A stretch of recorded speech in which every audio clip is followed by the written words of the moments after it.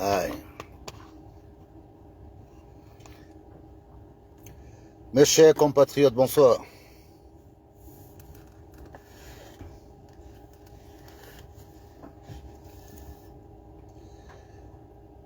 Je dis bonsoir à tout le monde.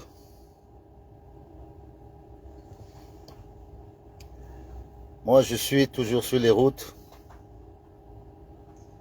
Je me trouve à Tilburg, aux Pays-Bas. Je ne sais pas si le son est bon. Vous pourriez me confirmer.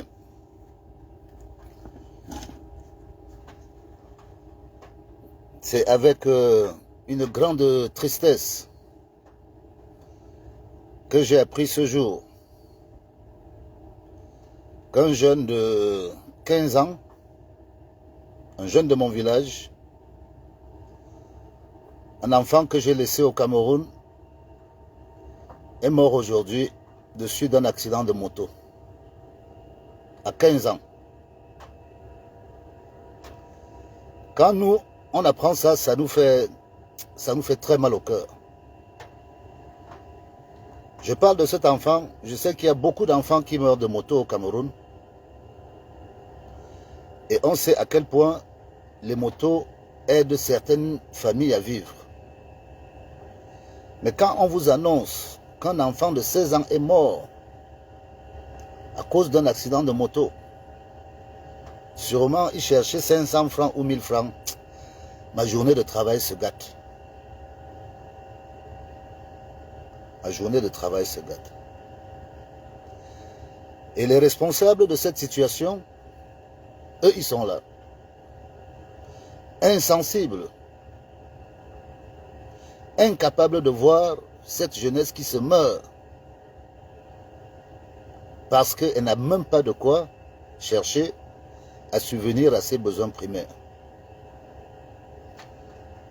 Donc, je pense bien sûr à la famille.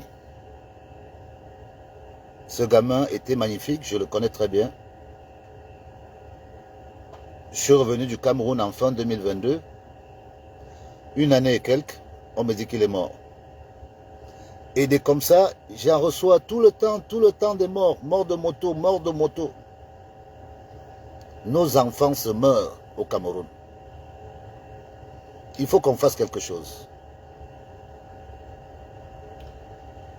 Moi, ma campagne de sensibilisation continue. J'avais décidé de m'arrêter pour rencontrer un papa, le président de la région du Sud. J'annonce suffisamment tôt ce que je vais dire afin qu'on interpelle les concernés. Je sais donc que papa Emmanuel est en train de m'entendre. C'est un papa qui est très affectueux pour la personne, très affectueuse. C'est un papa qui est à l'origine qui n'a pas de problème. Ça me fait mal de me sentir obligé d'exposer ce papa. Mais nous sommes à l'heure du changement. Tous ceux qu'on estime être responsables de la situation plus que dégradée de notre pays, le Cameroun, moi j'ai pris la responsabilité de les exposer. Je les expose d'abord devant les jeunes du Sud, afin qu'ils se rendent compte que ce n'est pas forcément la personne qu'on connaît qui apporte le bonheur. Le bonheur peut souvent venir d'une personne qu'on n'imagine pas. Moi, je me rappelle que celui qui a porté le dossier de Papa Mvin, afin qu'il devienne président de la région du Sud, je me rappelle du jour, je me rappelle que ce dossier a été déposé à la présidence. Et je sais que la seule personne à qui M. Emmanuel doit sa position de président de la région du Sud, c'est M. Paul Biya. M. Mve avait de sérieux concurrents, notamment une nièce du président qui voulait devenir présidente de région et de très hauts fonctionnaires plein aux as qui étaient dans la course pour la présidence de la région du Sud.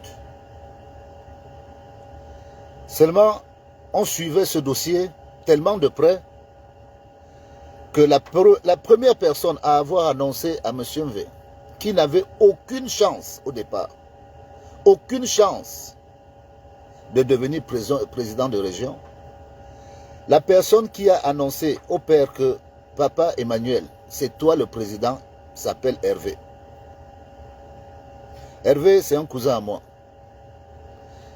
C'est lui qui a suivi le dossier de M. Mve au niveau de la présidence, en passant bien sûr par M. Ayolo, parce que c'est Ayolo qui a porté le dossier pour le mettre sur la table du président. Et finalement, le président de la République a fait confiance à M. Mve. M. Mve était au quartier. Moi, je connais des personnes qui lui ont fait des oranges money 2 jours avant sa nomination. 2 jours. Quelqu'un m'a montré, me dit, Guy, regarde, j'ai envoyé 100 000 à Papa Mve. Il avait besoin. 2 jours avant qu'il ne soit nommé. C'est pour dire à quel point le papa n'était plus en forme. Mais ça, ce sont les faits de la vie. Ça peut arriver à tout le monde de passer des moments où on n'a pas la forme. Mais quand on a la chance, quand on a la responsabilité de prendre une région sur son dos, moi je crois qu'on doit mesurer les actes qu'on pose. Parce que déjà en 2018, on était déjà inquiet de l'âge du président. Et nous nous sommes fait à l'idée de se dire que bon, il n'avait jamais fait de CAN. On peut lui permettre de faire la CAN. Il n'a pas préparé le pays pour la transition. On se dit que cette fois-ci, il va préparer le pays pour la transition. On s'est donné toutes les raisons pour essayer d'accompagner le père, le président de la République, qui avait déjà un bilan qui n'était pas bon. Il avait déjà un bilan qui n'était pas bon en 2018. Mais beaucoup de Camerounais ont suivi le président en se disant qu'il va permettre une transition pacifique. C'est le pari de beaucoup de Camerounais. Notamment, moi je l'avoue, moi je souhaitais qu'il donne la main, qu'il passe la main. Peu importe la personne, je souhaitais que ça se passe exactement d'une manière à ce que le pays ne rencontre pas de problème. Parce que notre souci, c'est que notre pays ne tombe pas dans les problèmes. Donc, M. Mve a pris fonction avec les avantages de la fonction. À peine les choses commençaient que j'entendais déjà des bruits de certains marchés publics que je ne pouvais pas évaluer, mais qui me disaient par exemple qu'il y a eu un marché de 60 millions pour l'achat des rideaux au niveau de la région du Sud. Je trouve que 60 millions pour acheter des rideaux, déjà c'est beaucoup. Mais je n'entre pas dans des dossiers que je ne connais pas parce que j'ai suivi ça par voie de presse. Je n'ai pas connu le dossier en profondeur. Moi, je passe dessus. La raison pour laquelle j'ai demandé à faire escale chez papa Emmanuel Mve vient du fait que il y a de cela 2 ans, le papa Emmanuel Mve a monté un dossier en ayant pour ambition d'investir dans le cadre des forêts communautaires. C'est-à-dire quoi? Il s'est donné l'idée d'aider tous ceux qui avaient des forêts communautaires à pouvoir transformer le bois parce qu'ils n'avaient pas de moyens. Donc, il s'est dit, on va budgétiser une somme d'argent Et on va contacter toutes les forêts communautaires du Sud pour leur apporter une assistance à la transformation de bois. Il a même demandé, en faisant un dossier, que le ministère des Forêts donne des forêts à la région. Quand on m'a présenté ce dossier, j'ai dit les choses très franchement.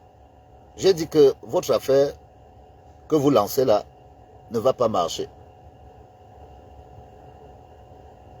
Parce que ceux qui gèrent les forêts communautaires sont des entités différentes. Et les gens n'aiment pas se mélanger quand il s'agit de faire des affaires d'argent. Donc mélanger toutes les forêts communautaires à dire qu'on va les assister, c'est au fait entrer dans la gestion d'une société qui à la limite ne regarde pas la région.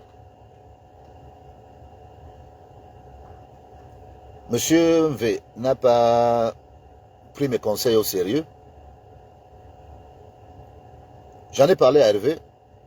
Hervé avait un enthousiasme. Mais Hervé avait un problème, c'est qu'il ne connaissait plus la législation forestière du Cameroun. Moi, je la suivais partout où je vais. Je suis ce qui se passe au Cameroun. Je vends le bois camerounais même étant ici en Europe. Quand mon camion m'énerve, je prends ma voiture, je deviens commercial. Je vends le bois et je prends ma part au passage. Mais le camion est un bon outil pour moi. Il me permet de me déplacer en Europe et il me permet de découvrir beaucoup de choses. C'est pour ça que je suis dans un camion. Monsieur Emmanuel V a donc pris sur lui, dans le budget, je crois 2021, de décaisser 300 millions de francs CFA pour s'occuper de cette affaire de forêt dont moi j'avais l'assurance qu'elle ne pouvait pas marcher. Il faut que les jeunes boules m'écoutent bien. Parce que si vous vous trouvez dans cette situation-ci, et qu'on vous promet des choses, il faut reconnaître d'abord les erreurs de gestion que font nos aînés et leur appétit à prendre l'argent public au détriment des réalisations qu'ils doivent réellement faire. Ceci fait que dans le marché public de 300 millions qui a été lancé par la région à l'initiative du président de région, M. Emmanuel V, celui qui a gagné le marché des 300 millions n'est autre que le trésorier payeur général des Bolova, le TPG des Bolova. C'est lui qui a gagné ce marché. Ce TPG, si j'ai bon souvenir, il a été détaché soit au consulat du Canada, il doit être au Canada ce TPG. C'est un ancien TPG des Bolova. Il a été affecté au Canada. Je ne sais pas s'il a pris service, mais j'ai eu vent de cette affaire. Seulement, l'usage des 300 millions a marché comment? C'est que M. V a jugé utile, sans avoir eu l'autorisation ni du ministère des Forêts, ni des forestiers qui s'occupaient des forêts communautaires, il a décidé tout seul d'aller acheter des unités de transformation de bois. Il est donc monté à Yaoundé, il a acheté 4 Lucas Mill. 4 Lucas Mill.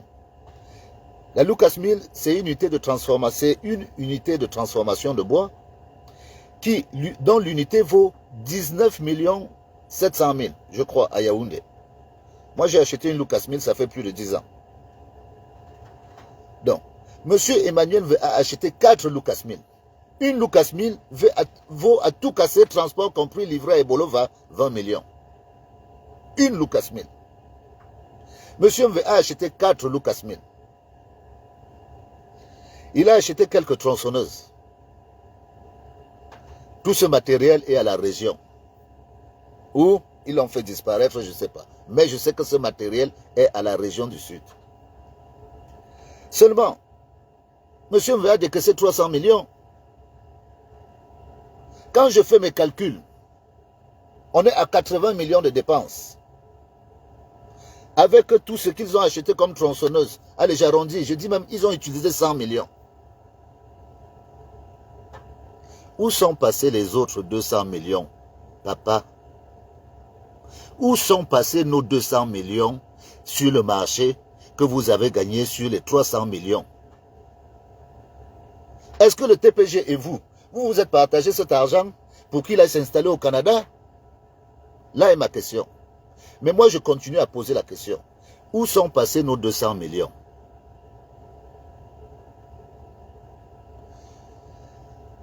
Cette affaire m'énerve tellement que tout ce que le président de la République nomme, j'ai l'impression qu'ils viennent vraiment faire le contraire de ce que dit le président.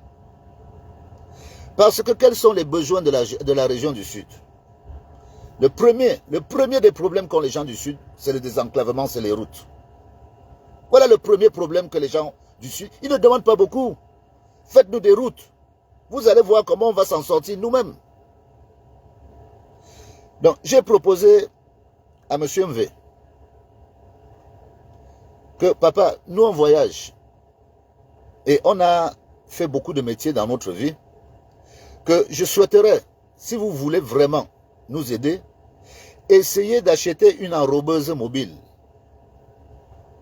Une enrobeuse mobile, on en a pour environ entre 300 et 400 millions livrés à Douala.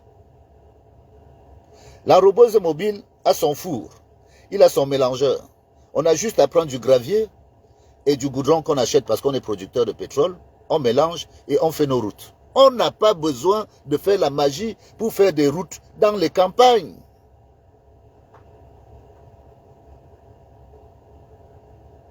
Donc, vous avez pris l'argent pour aller monter un dossier qui n'a jamais abouti. Vous êtes allé faire des achats pour des machines dont vous ne savez pas quoi faire. On a été planté de 300 millions. Si vous aviez pensé, si vous aviez agi en pensant à la mission que le président vous a assignée, c'est-à-dire présider une région enclavée, vous-même pour aller dans votre village en saison de pluie, vous réfléchissez 3 fois. Vous-même, Papa Mvé. Pour arriver dans ton propre village en saison de pluie, tu réfléchis 3 fois, mon père. Pourquoi vous faites ça? Pourquoi vous nous faites ça? Pourquoi vous faites ça aux Camerounais? Pourquoi vous faites ça aux enfants du Sud? Qui eux sont sur le fil est tendu. Parce que c'est la honte. On ne peut pas avoir pendant autant d'années un chef d'État avec autant de ministres et rester dans la situation qu'on est. Est-ce que vous n'avez pas honte? Parlons peu, parlons bien. Le jour où on a lancé la décentralisation, toutes les régions du Cameroun ont commencé ensemble. Mettons la région du Sud et la région de l'Ouest aujourd'hui. Regardons la différence entre ces deux régions. Pour savoir qui travaille pour qui.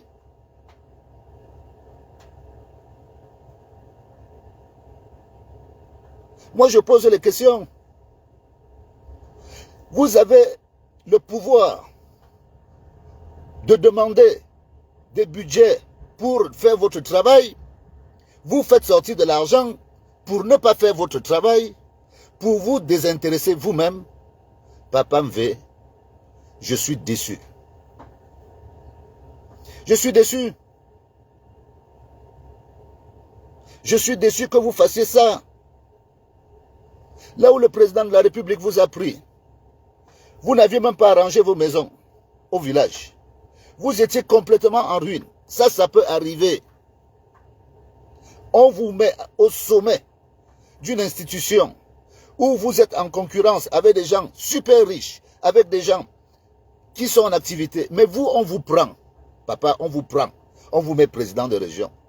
La seule chose que vous trouvez à faire, c'est venir nous planter de 200 millions. Et vous allez dire aux gens, votons Paul Biya. Sur quelle base? Dites-moi, sur quelle base? Pour continuer à nous appauvrir? Moi, j'ai décelé certaines choses qui se passent là-bas.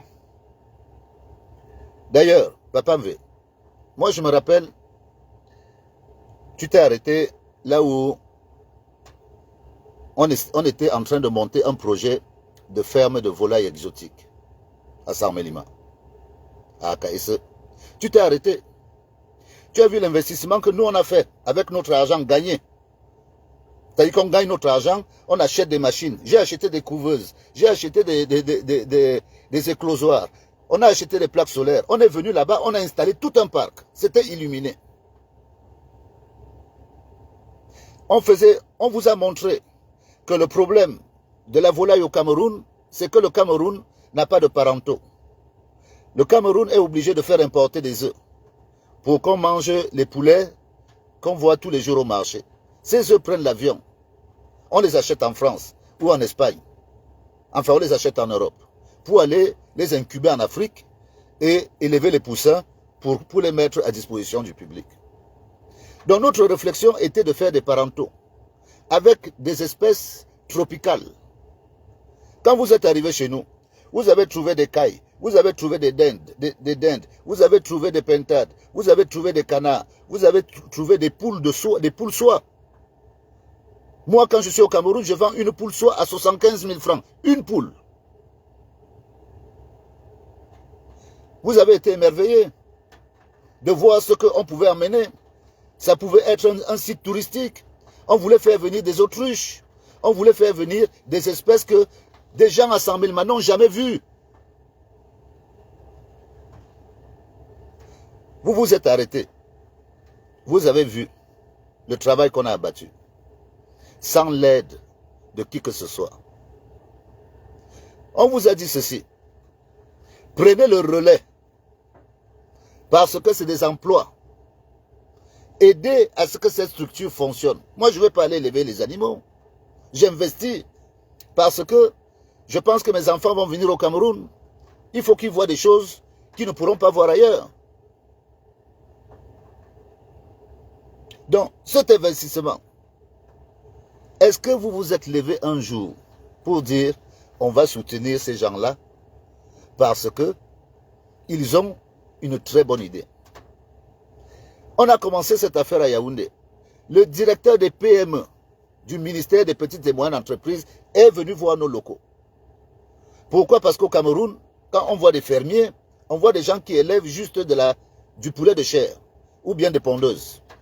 On n'a jamais trouvé au Cameroun quelqu'un qui élève des espèces différentes. Monsieur Emmanuel V, la caille grise du désert, la caille grise du Sahara, nous on avait des commandes où des gens quittaient la Belgique pour nous acheter un œuf à 100 €. Un œuf. On va jusqu'au nord pour prendre ces espèces. On les amène, on les apprivoise et on les multiplie. C'était ça notre business. Pas pour s'enrichir, pour permettre qu'il y ait une activité autre. Pour que les gens voient avec leurs yeux ceux qui ne peuvent pas. Il y a plein de gens qui ne peuvent pas quitter le sud pour aller voir des autruches au nord. Nous, on voulait ramener des autruches du nord pour les amener au sud, que ce soit un parc d'attraction. Vous avez tué ça dans l'œuf. Et vous m'avez demandé de venir dans votre village. Vous aménagez votre ferme à vous. Voilà ce que vous m'avez demandé. Que vous aimeriez que je vienne dans votre village, vous arranger votre ferme à vous. C'est parce que j'ai beaucoup de respect pour vous que je n'ai pas voulu répondre. Parce que ce que j'attendais de vous, en tant que président de région, c'est de dire merci pour ce que vous faites. Nous, on va continuer avec les jeunes. C'est tout ce que nous on demandait. C'est sur le fruit de notre travail. Donc, ce qui est de votre ressort, le travail que vous devez faire, qui est de promouvoir tous ceux qui ont des initiatives, vous ne faites pas. Les missions qu'on vous donne pour venir améliorer la vie des jeunes, vous ne faites pas. Quel est le Cameroun que vous voulez nous laisser? Moi, c'est pour ça que je me suis arrêté chez vous. Et j'ai dit qu'à chacun, là où je vais m'arrêter, chacun aura son dossier. Parce que quand les jeunes vous voient à Sarmelima, Quand on vous voit à Ebolova, on se dit que ce monsieur-ci peut nous aider. Mais en vérité, vous n'êtes pas là pour nous aider. Vous n'êtes pas là pour travailler au profit de la région. Vous êtes tous là pour essayer, pour certains, de se refaire une santé, d'autres de se refaire une trésorerie, d'autres d'amasser de l'argent juste pour amasser. Parce que si on demande à tous ceux qui prennent de l'argent là, que vous allez faire quoi avec cet argent, je suis sûr et certain qu'ils n'ont aucun projet sur l'argent qu'ils volent. Ils volent par principe. Ils volent par habitude. Par facilité. Donc, ma petite visite chez vous ne va même pas trop durer. Elle ne va pas trop durer. J'ai beaucoup de respect pour vous. Je ne vous manquerai jamais de respect parce que vous êtes un parent.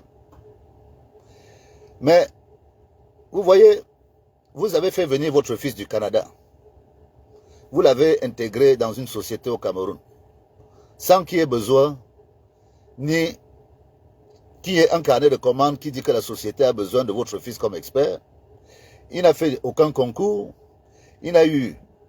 Je ne sais pas, il est venu, il est entré. Parce que vous avez appelé le directeur de DC, vous êtes président de région, votre enfant doit entrer. C'est ce Cameroun-là.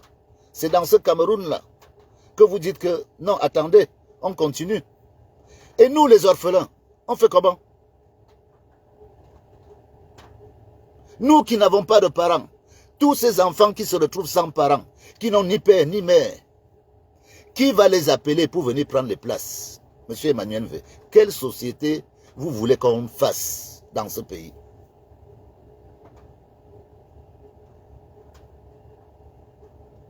Moi, je prends les Camerounais à témoin. Je fais mon travail. Je fais ce que je me suis dit, je me suis engagé de faire. Vous ferez de moi ce que vous voulez.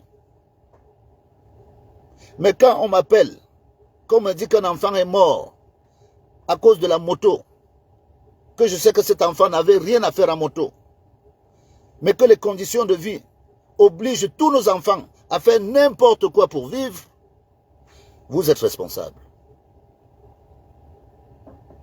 Vous êtes responsable. Moi, je lance un appel à tous ceux qui disent que Paul Biya est l'homme le plus renseigné du Cameroun. Que Paul Biya m'écoute. Qu'il m'écoute bien. Je lui dis, grand frère, tu n'es pas mon père, traditionnellement. Grand frère, excellence. Tous ces gens qui sont autour de vous, je me demande même si vous les reconnaissez encore. Notre pays va mal.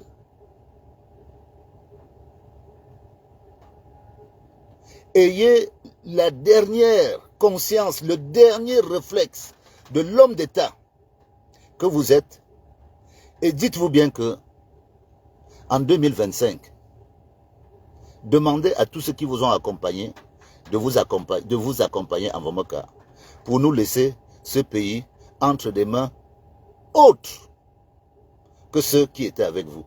Non seulement nous ne voulons plus que vous soyez candidat, mais nous ne voulons même plus voir ceux avec qui vous avez travaillé.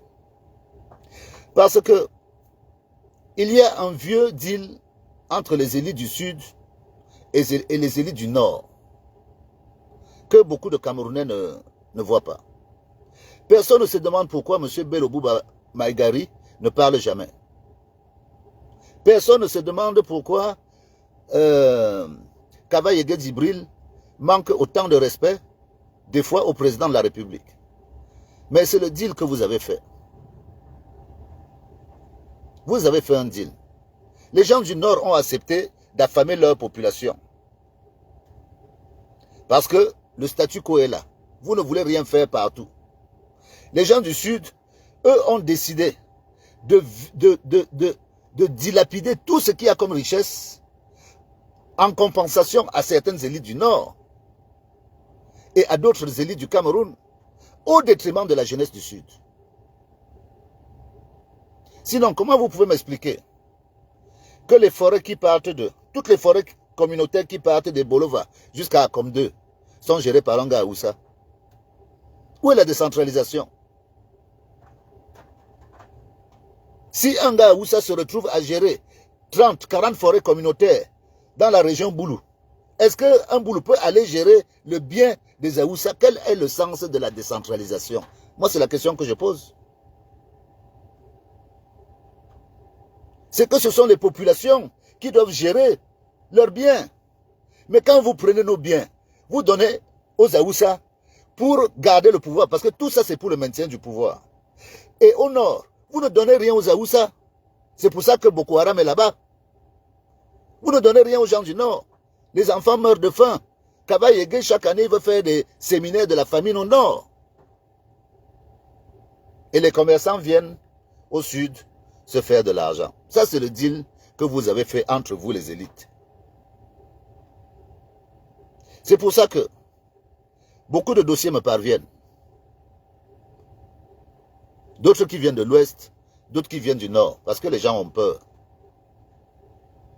Moi, ma vie ne coûte rien. Vous allez prendre ma vie. Mais jusqu'en 2025, je continuerai à parler. Je continuerai à parler. Les dossiers des autres régions, je vais les aborder. Parce que on ne peut pas cacher les choses en se disant qu'on va changer pour continuer avec nous d'entraîner la mauvaise graine. On ne peut pas. On doit nettoyer toute l'écurie.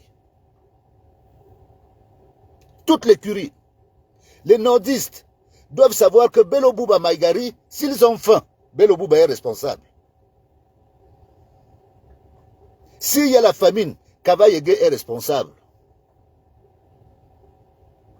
Moi, je ne parle pas de ceux qui arrivent en bas, les Madaouda et les autres. Mais chacun, malheureusement, se retrouve à avoir quelque chose. Moi, je parlerai. Je vais prendre le temps d'expliquer aux Camerounais, en général. Pour l'instant, je reste dans le sud. C'est pour ça que je suis venu voir le président Emmanuel. Je dis que ce papa, je l'adore. Personnellement, c'est un homme bien. Mais le fait qu'il prenne notre argent public sans faire le travail, c'est là où lui et moi on divorce. C'est là où lui et moi on ne s'entend pas. Est-ce que c'est cet héritage que vous voulez nous donner? Un héritage de la kleptomanie? Où la confusion entre le bien public et le bien privé, il n'y a plus de limite? Non. Je ne peux pas être d'accord avec vous. Beaucoup de compatriotes, les gens sont terribles. Il y a des gens qui sont tellement attachés au privilège d'un pouvoir dictatorial. Ils sont tellement attachés à des vieilles habitudes qu'ils se disent que les choses ne peuvent pas changer autrement. Moi, je vais vous raconter une histoire. Jamais personne ne pouvait penser que dans un village boulou, on pouvait interdire le vagabondage des bêtes. Le jour où j'ai décidé d'interdire le vagabondage des bêtes dans mon propre village, beaucoup de gens croyaient que j'allais mourir. Mais j'ai expliqué. J'ai dit que les chèvres nous réveillent la nuit et chient devant nos cours. Mais moi, je n'ai pas de chèvre.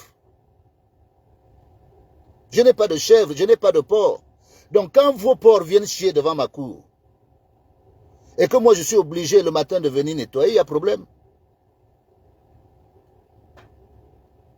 Jusqu'au jour où le sous-préfet est arrivé et il a expliqué aux gens de mon village ce que dit la loi sur le vagabondage des bêtes. L'idée est simple. Quand vous vous entendez, vous pouvez laisser les chèvres tourner n'importe comment. Qu'elles gâtent vos maisons, qu'elles chient partout, ça vous regarde.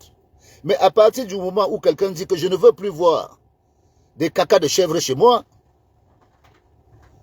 le contraire, tu dois garder tes chèvres chez toi. Pourquoi j'ai soulevé ce problème? Soyez très attentifs. Ça paraît très amusant, mais c'est important. C'est que nos grands-mères étaient obligées d'aller faire des champs à 1,5 km, 2 km en forêt. Parce que si elles faisaient un champ derrière la maison, c'est les chèvres qui se servent. C'est les chèvres qui commandent. Et moi, je n'étais pas d'accord. Parce qu'ici, on donne de l'herbe sèche aux chèvres. Donc les chèvres ne peuvent pas venir commander. À tel point que ma grand-mère est obligée de faire 2 km. J'ai donc décidé de faire un champ derrière la maison. Où j'ai fait planter des bananiers. Le jour où les bananiers ont commencé à produire, j'ai vu une chèvre qui par malchance a voulu manger mon bananier. J'ai pris le fusil, je l'ai tué. Je l'ai jeté en route. C'était panique à bord dans mon village. Quelques minutes après, un cousin du village constate qu'il y a une chèvre qui vient s'amuser sur ces briquettes qu'il vient de faire. La chèvre lui casse les angles de briquettes. Il dit merde, ce sont mes briquettes. Il a pris le fusil, il a tué. Il a jeté en route. Par conséquent, figurez-vous, tous les propriétaires de chèvres ont débarqué. Et c'est dans cette débandade qu'on s'est rendu compte qu'il y a des gens qui venaient des autres villages, qui venaient lâcher des chèvres chez nous, pour que nous, on garde les chèvres, pendant qu'eux, ils sont tranquilles chez eux. Allez dans mon village, essayez de mettre encore une chèvre dehors. Vous-même, vous viendrez me dire ce qui va vous arriver. Si votre chèvre survit 5 minutes, moi j'arrête de parler. Parce que les gens peuvent manger le maïs derrière la maison. Les gens peuvent manger le manioc derrière la maison, sans avoir peur qu'une chèvre ne vienne manger ces tubercules. Donc dans la vie, c'est un choix. La vie, c'est un choix. Quand on veut faire changer les choses, on se lève et on fait changer les choses. Bien sûr, c'est des mesures, parce que souvent, c'est traditionnel, hein, ce que je dis. Nos arrière-grands-parents, nos grands-parents, avaient des astuces pour garder les animaux comme ça, sans que ces animaux ne gênent les autres. Ça, c'était leur contrat dans le passé. Mais le contrat n'existe plus aujourd'hui. Donc maintenant, les choses ont changé. Donc ceux qui se disent que les choses ne doivent pas changer, ils se trompent. Parce que les choses vont changer. C'est dur. Je sais que c'est dur. Mais en 2025, ayons le courage de regarder quelqu'un d'autre que Paul Biya. Moi, c'est ça que je vous dis, mes frères, mes sœurs. Regardons quelqu'un d'autre. N'écoutons plus des menteurs. Si nous ne voulons plus avoir le résultat des menteurs. C'est ça que moi je dis. Vous ne pouvez pas demander à un huissier de justice de vous faire un rapport d'huissier de justice et vous lui donnez le salaire d'une ménagère. Vous allez avoir le rapport d'une ménagère. C'est de ça qu'il s'agit. On a des incompétents, on a des malhonnêtes, on a des gens qui n'ont pas la volonté. Pour qui leur rêve, c'est d'avoir de l'argent et de venir s'installer à l'étranger. Et ils sont au Cameroun pour se faire de l'argent. Sinon, comment vous expliquez tous ces investissements à Sao Tomé et Principauté, des sociétés immobilières en France? Comment vous expliquez ça? Alors que nous, on a des problèmes de construction chez nous. Ça veut dire que ces gens n'ont pas du tout l'intention de vivre au Cameroun déjà et de participer avec nous. Mais le pays, ce n'est pas un bonbon. Quand on va sucer le bonbon, on va finir. Le pays est encore là. Il faut juste qu'il parte, qu'on remette d'autres personnes et que le paradigme des affaires et de tout le bon vivre qu'on connaît chez nous revienne. Les gens ont peur aujourd'hui. Même de marcher dans la rue, les gens ont peur. Au Cameroun, les gens ont peur. Le Cameroun n'est plus un pays crédible. Le Cameroun n'est plus un pays en sécurité. Sauf si tu es Camerounais. Et que tu sais comment tu marches. Mais un étranger, venir au Cameroun, il réfléchit 8 fois. En ce moment, Je suis en train de négocier pour voir comment je peux aller avec des responsables au Cameroun au mois de mai. Mais les gars me demandent s'ils seront en sécurité. Parce que c'est des hommes d'affaires, ils veulent découvrir.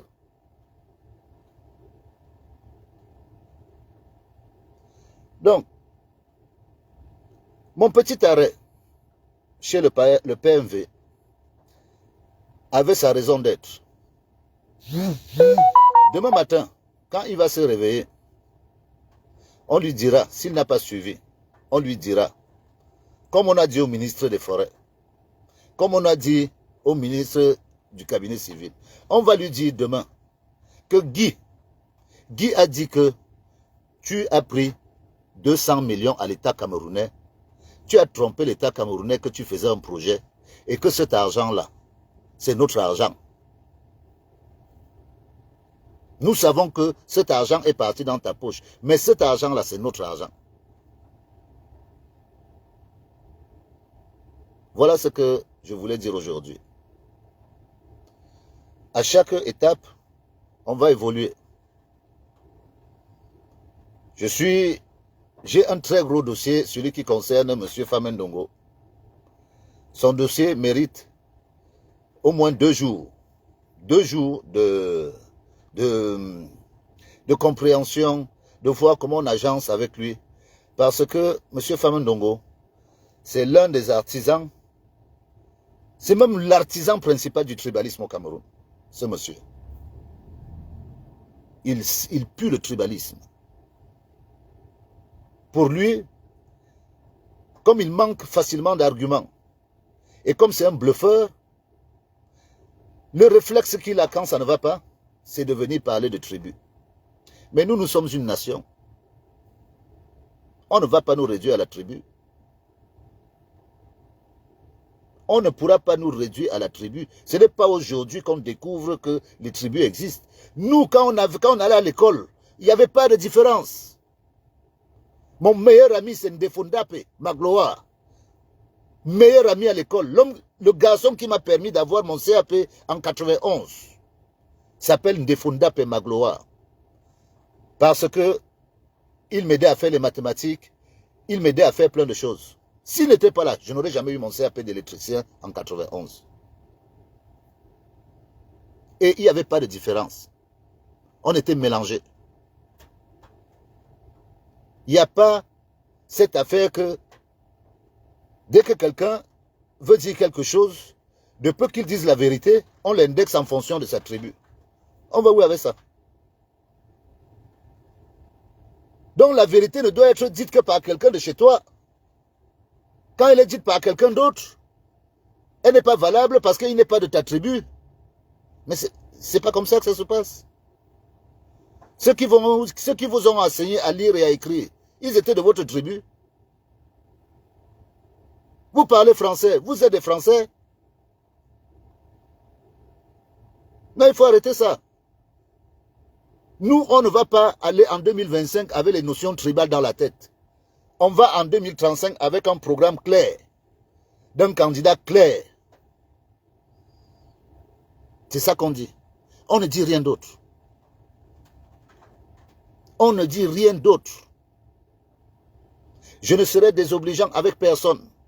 Mais toute personne qui a participé de près ou de loin à faire à ce que notre peuple souffre comme il souffre aujourd'hui, tout cela, je vais les exposer. Je vais les exposer. Je me rapproche du Djé Lobo. Après, M. Mvé, je vais voir à quel moment je vais m'occuper de M. Famenne Ndongo. J'ai Mme Libom Liken, que je dois aussi voir. Et après, j'arrive à Ebolova. Je vois quelle direction je prends. Je peux décider de passer par Mongon. Il y a des gens à voir là à Mongon qui ont utilisé l'argent de l'État, enterré des milliards. Quand on leur disait pourquoi ils prennent cet argent, ils se croyaient trop intelligents. Ils n'ont tellement rien fait avec cet argent que cet argent, c'est de la ruine. On est venu enterrer l'argent des Camerounais dans le marécage. Et des comme ça dans le sud, il y en a. Il y a même des gens dans le sud qui étaient tellement prétentieux qu'ils voulaient construire des universités. Moi, je me rappelle d'un haut fonctionnaire qui déclarait que lui, il construit une université personnelle où il va embaucher des agrégés, des machins. Je regardais à distance. Je me disais, mais est-ce que ce monsieur n'est pas salarié? Il avait un salaire. Comment un salarié peut créer une université et payer des agrégés? Donc nous avons du chemin. Nous avons du chemin. J'ai beaucoup de sujets à traiter avec vous. Ma journée s'est achevée. L'heure de prendre ma petite douche est arrivée parce que nous on est des Nangaboko. Quand j'arrive dans un endroit comme ça, je suis obligé d'aller prendre ma petite douche à côté. Je vous remercie. Merci beaucoup. Vous pouvez partager toujours ce qu'on dit. Il y a un impact réel qui se passe au Cameroun par rapport aux interventions qu'on fait. Ce n'est pas pour faire mal aux gens. Non, ce n'est pas pour faire mal aux gens. Je vous assure que de Saint-Mélima, il y a des gens qui me disent merci. C'est à Saint-Mélima qu'on établit l'acte de naissance de M. Paul Biya, à la mairie de Saint-Mélima. Il y a des gens à Saint-Mélima qui me disent merci. Donc, si nous, dans le sud, on est d'accord, les autres, créons la dynamique. Il faut que ça vienne de partout. Moi, je suis preneur des dossiers. Si je les comprends, je vais les expliquer.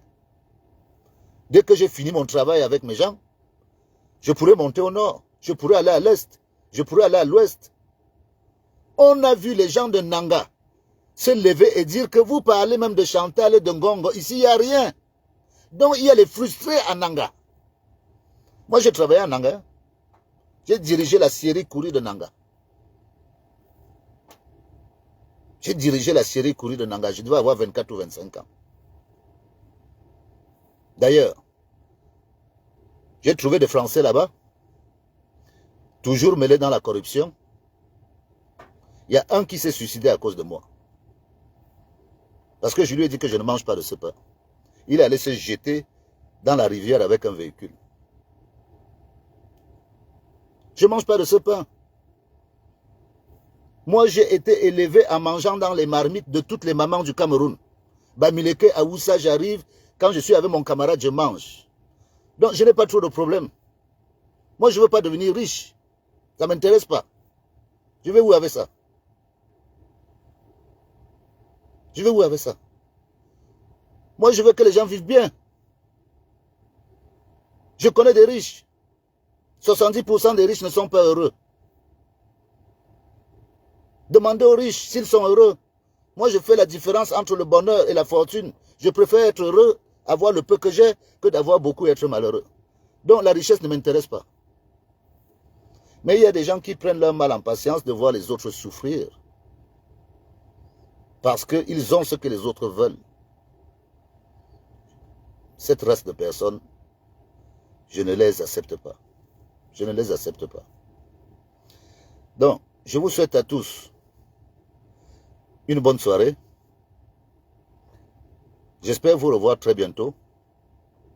Vraiment, je me suis tapé 600 km. Il faut que je prenne le temps de prendre ma douche et que je vienne me reposer dans ma petite maison que je traîne partout. Vive le Cameroun. Je vous aime tous. Vive les Camerounaises et vive les Camerounais. À la prochaine.